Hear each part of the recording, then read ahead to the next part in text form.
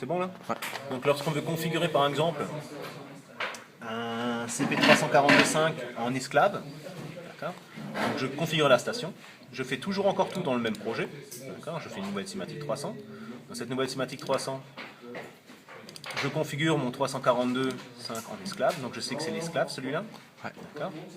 Je fais OK, donc j'ai la même chose. Simplement, il n'y aura jamais, je ne pourrai plus du tout connecter maintenant d'esclave sur un esclave, ça c'est pas possible. C'est normal. Je suis obligé d'enregistrer, d'accord.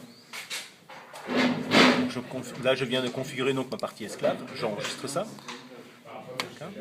Je reviens dans mon maître. Dans mon maître, je vais lui indiquer que j'ai Un CPU. un esclave à rajouter.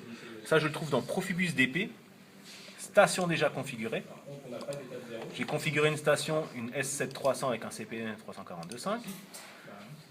C'est une 5DA02, version 5.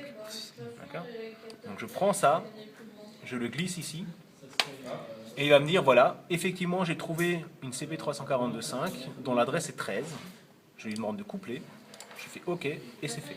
J'ai une question par rapport à la version.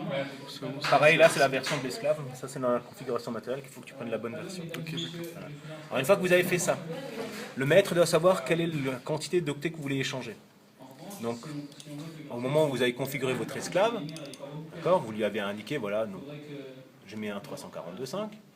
En même temps, dans la partie programme de l'esclave, d'accord, on a dit par exemple qu'on allait faire un transfert donc, de 3 octets. 3 octets en entrée, 3 octets en sortie.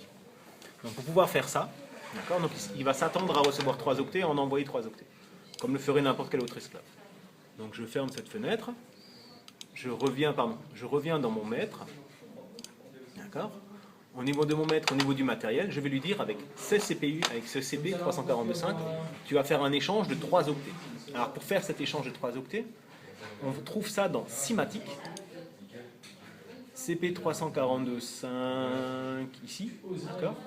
Et là vous voyez apparaître un nombre de choses. Donc on sait faire un échange par exemple de 1 octet, tout ou rien, 2 octets, il faut voir ce que c'est comme octet. Donc là c'est des octets tout ou rien. Donc on sait faire 1, 2, 4, 8. Alors c'est dommage, j'en avais dit 3, ça ne marche pas, donc on va lui dire par exemple 2.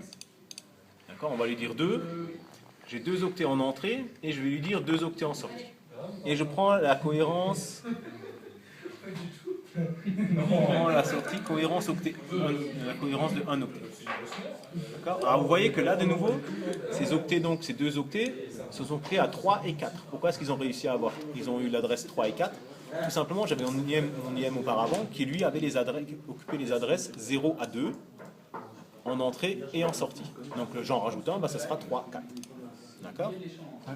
Et pour que tout ça, ça fonctionne convenablement, puisque j'ai qu'un nombre pair d'octets pour faire l'échange, je suis obligé de revenir dans mon maître, dans mon esclave, dans la partie CPU, programme. Donc, je vais lui dire non pas un échange de 3 octets, mais un échange de 2 octets. Si ici je me trompe, si je lui dis qu'il y a un échange sur 3 octets, ça ne marchera jamais.